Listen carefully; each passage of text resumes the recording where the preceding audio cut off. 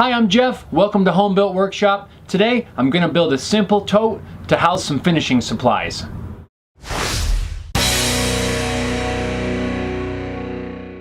Like most of you, I have a lot of glues and stains and things that don't work well if the temperature gets too cold. It gets pretty chilly here in the shop in the wintertime, so I always find that I have to bring the stuff inside the house in order to keep it from freezing.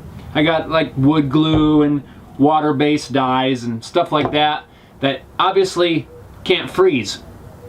So I'm always making trips to the house back and forth because I need one glue or I need something here, something there. I'm really kind of tired of it. So I'm going to build a really simple wooden tote to house all these things. That way I can just grab the tote on the way out the door, head out to the shop, and I'll have everything there. When I'm all done, I can bring it all back inside, throw it on the shelf inside, and it stays nice and warm, doesn't freeze, and everything stays useful. Because it's a drag when you go to use your glue after it's frozen and it doesn't work. I'm going to use some rough sawn lumber for this. I've got some oak here. It's really rough sawn, and I'm going to start out and plane that down to thickness.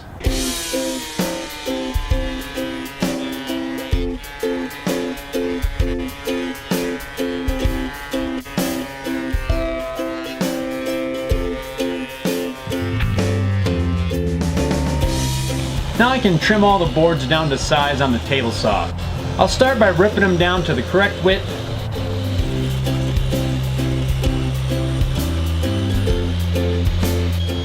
And then I'll switch to the crosscut sled and cut them down to length.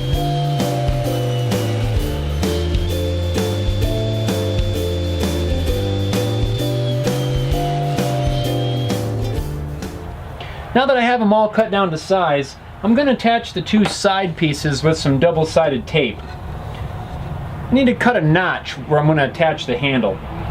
By using the double-sided tape, this will allow me to cut those both in the exact same spot on each board without having to mark it out twice. All I need to do is make sure they're lined up, stick them together. Now I'll just make a couple of quick measurements and mark out where I need to cut this notch.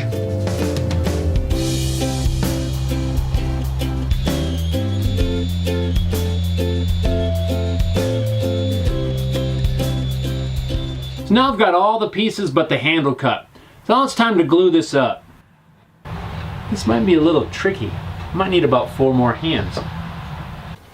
I'm using one of these band clamps to help pull the corners all together. They also do a fairly good job of keeping things pretty square.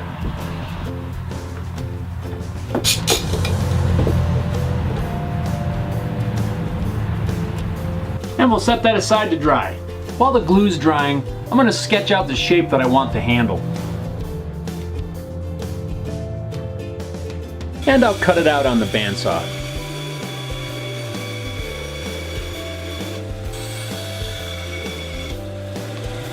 And I'll clean up the edges on my spindle sander.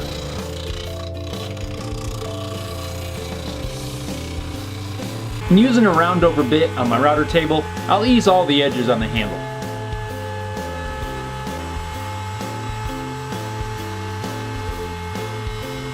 Now I'll go ahead and just glue the handle into place.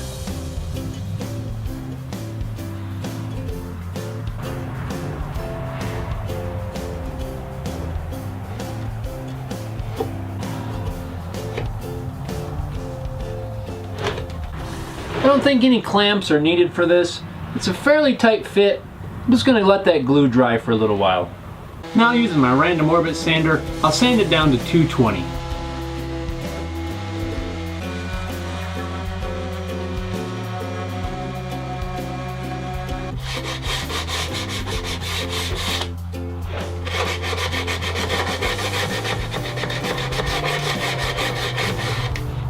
And I'll finish this project up with a couple of coats of Danish oil.